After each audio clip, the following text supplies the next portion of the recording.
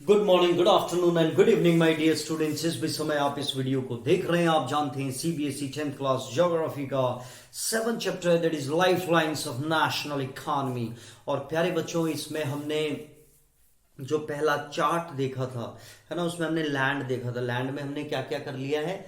एक तो हमने कर लिया रोडवेज, रेलवेज एंड पाइपलाइन।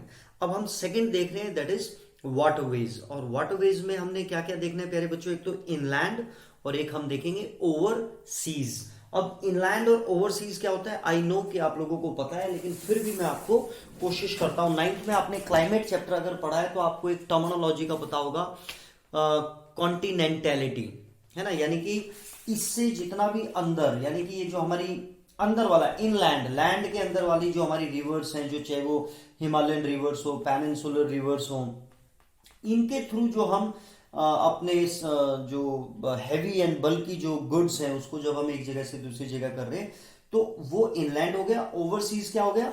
जब हम एक अपने इंडिया से थ्रू सी रूट हम यहाँ जा रहे हैं, यूरोप जा रहे हैं, ठीक है, नॉर्थ अमेरिका जा रहे हैं या साउथ अमेरिका जा रहे हैं, इधर ऑस्ट्रेलिया जा रहे हैं, तो ये ओवरसीज हो गया।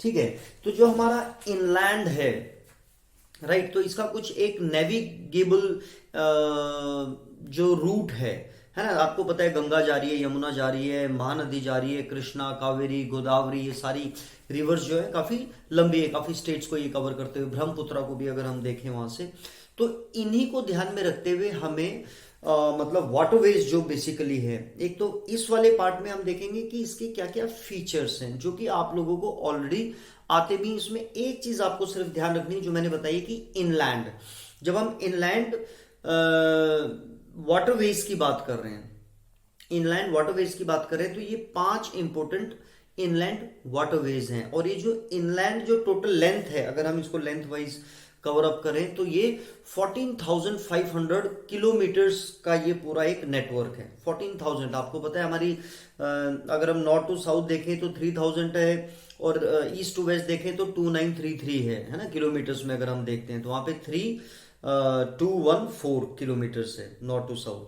9th में फर्स्ट चैप्टर में आपने पढ़ा है।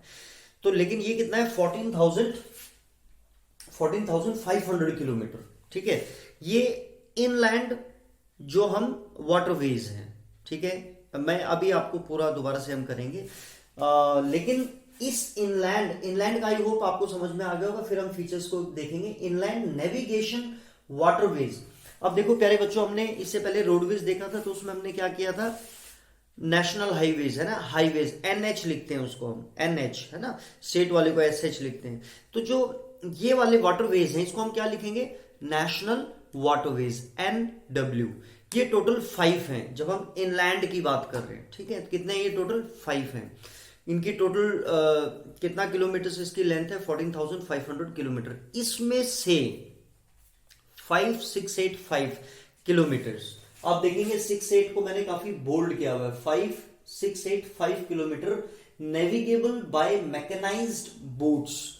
मैकेनाइज्ड बोट्स यानी कि आप कह सकते हो जो थ्रू किसी प्रोसेस, है ना, जो सेल्फ वो हैं, बड़ी बड़ी जो बोट्स हैं, वो उस नेविगेबल कितनी है, यानी कि सिर्फ इतने एरिया को, आउट ऑफ 15,000 हम मान लेते हैं, 14,500 किलोमीटर है, उसका अगर हम 1/3 कर देंगे तो 5,000 से शुरू होगा ना, 1/3 कर देंगे। तो आपको ये ध्यान रखना है, क्योंकि ये 1 मार्क के क्वेश्चन के लिए, इसलिए अब दोबारा से भी मैं आपको ये बताऊंगा। इनलैंड नेविगेशन वाटरवे कितना है? हम इसको 15,000 मान लेते हैं। कितना है? 14,500 किलोमीटर इन लेंथ। इसमें से out of this 568 kilometre are navigable by mechanised boats. इसमें से भी इसका 1/3 ही ऐसा है जो नेविगेबल है बाय मैकेनाइज्ड बोट्स। 5685, ये आपको 1 मार्क के क्वेश्चन के लिए भी जरूरी है, और साथ में आपको एक और जगह पे हम कनेक्ट करेंगे, अभी मैं आपको वो भी बताता हूं, फिर हम इसको देखेंगे। ठीक है, सबसे पहले मैं कहां पे आ गया हूं? इनलैंड पे। तो वाटरवेज आपको पता है कि ये इकोनॉमिकल फ्रेंडली है, चीप है ना, हैवी और बल्कि मटेरियल को उठा सकते हैं इसमें हम। तो ये सारी चीजों को हम अभी दोबारा भी देखेंगे, लेकिन हमने बेसिकली अभी किसको स्टार्ट किया? इनलैंड। इनलैंड में भी जो हमारा वाटरवेज है जो नेविगेबल है, कितना है? 14,500 किलोमीटर लेंथ में। उसमें से जो मैकेनाइज्ड बोट के थ्रू जो नेविगेबल जो रूट है वो कितना है? 5685। ठीक है, अब आप 6-8 को समझेंगे कि कैसे हम इसको याद करेंगे, क्योंकि ऐसे तो हम बार बार बोल के कुछ भी मतलब मैं बता दूंगा, लेकिन यहीं पे हम कनेक्ट करेंगे दूसरी चीज से। इनलैंड हो गया। अब ओवरसीज जो हमारा ट्रेड होता है, पूरी इंडिया में जितना भी ट्रेड हो रहा है ओवरसीज के साथ, है ना, ओवरसीज यानी दूसरे देशों के साथ, तो वो 95% जो है वो सी रूट्स के थ्रू हो रहा है। और सी रूट यानी कि पोर्ट, पोर्ट जो है हमारे इंपोर्टेंट पोर्ट्स जो हम आगे आने वाले उसमें देखेंगे, तो जो हमारे इंपोर्टेंट पोर्ट्स हैं, पोर्ट्स यानी बंदरगाह जहां पे बड़े बड़े शिप्स आके रुकते हैं, तो वो भी तो मतलब वाटरवेज ही हुआ ना, है ना, वाटरवेज, चाहे वो इनलैंड है या ओवरसीज है। इनलैंड में तो हमने सिर्फ दो बातें याद रखनी की, 14,500 किलोमीटर्स का टोटल नेविगेबल लेंथ है, उसमें से 5685 किलोमीटर जो है वो मैकेनाइज्ड बोट के द्वारा जो नेविगेबल जो रूट है उसकी हम बात कर रहे हैं, वाटरवेज की। अब मैंने क्या बताया, ओवरसीज की हम बात करें। ओवरसीज की जब हम बात करें तो टोटल जो ट्रेड है जो हम फॉरेन कंट्रीज के साथ करते हैं उसका 95% थ्रू पोर्ट्स होता है। 95%, है ना, थ्रू किससे होता है, पोर्ट, है ना, यानी कि सी रूट से ही होता है 95%। इसका हम इसको इस तरीके से भी देख सकते हैं, और सी रूट से होगा तो पोर्ट्स के थ्रू होगा ना दूसरी कंट्रीज के साथ। तो इनलैंड में तो हमारा दूसरा स्ट्रक्चर है, वो अंदर की बात है। बाहर की जब हम बात कर रहे हैं तो जितना भी बिजनेस हो रहा है दूसरे देशों के साथ 95% जो है वो सी रूट से हो रहा है। अगर हम इसको वैल्यू में काउंट करते हैं 1 मार्क के क्वेश्चन के लिए, 95 यानी कि आप समझ लो 95 इट्स गुड। उसमें अगर हम, ये तो हो गया टोटल ट्रेड, भाई बड़े बड़े हम ट्रक्स पहुंचा रहे हैं या कुछ भी हम दे रहे हैं, राइस भेज रहे हैं, वीट भेज रहे हैं, तो क्या हो गया, वो टोटल जो भी हम भेज रहे हैं 95% थ्रू सी रूट भेज रहे हैं, ओवरसीज जो हम दे रहे हैं। उसमें से अगर हम वैल्यू की बात करें, उसी की वैल्यू की अगर हम बात करें, जो 95% जो हम ट्रेड कर रहे हैं थ्रू सी रूट, उसकी टोटल वैल्यू कितनी है हमारी जीडीपी में अगर हम देखते हैं तो 68%, यानी जितना भी हम कर रहे हैं। तो जब हम मनी में बात कर रहे हैं, वैल्यू में बात कर रहे हैं, तो 68% ऑफ टोटल जो हमारी इनकम है।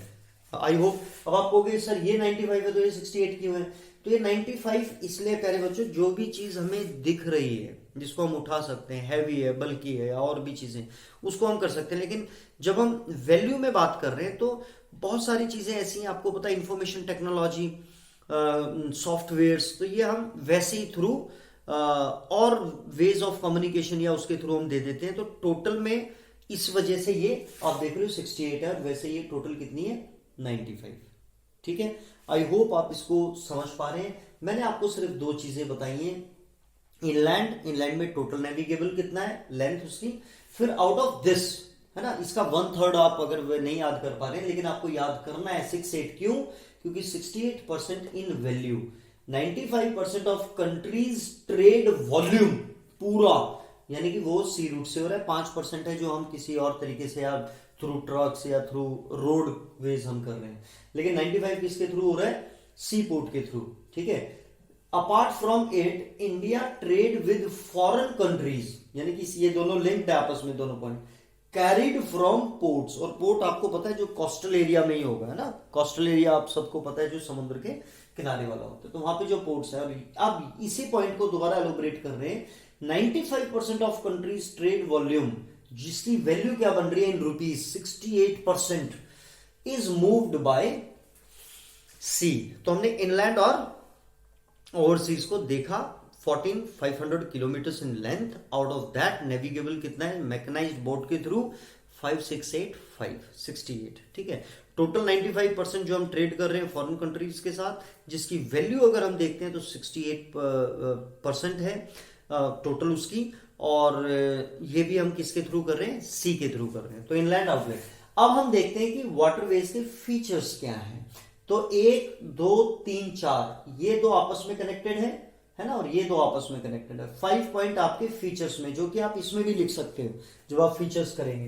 तो सिंस पास्ट, तो भारत जो है वो, अगर हम उसका इतिहास देखते हैं तो शुरू से ही हम लोग कहीं कहीं पे अपना थ्रू सी रूट हम इसको इस्तेमाल कर रहे हैं।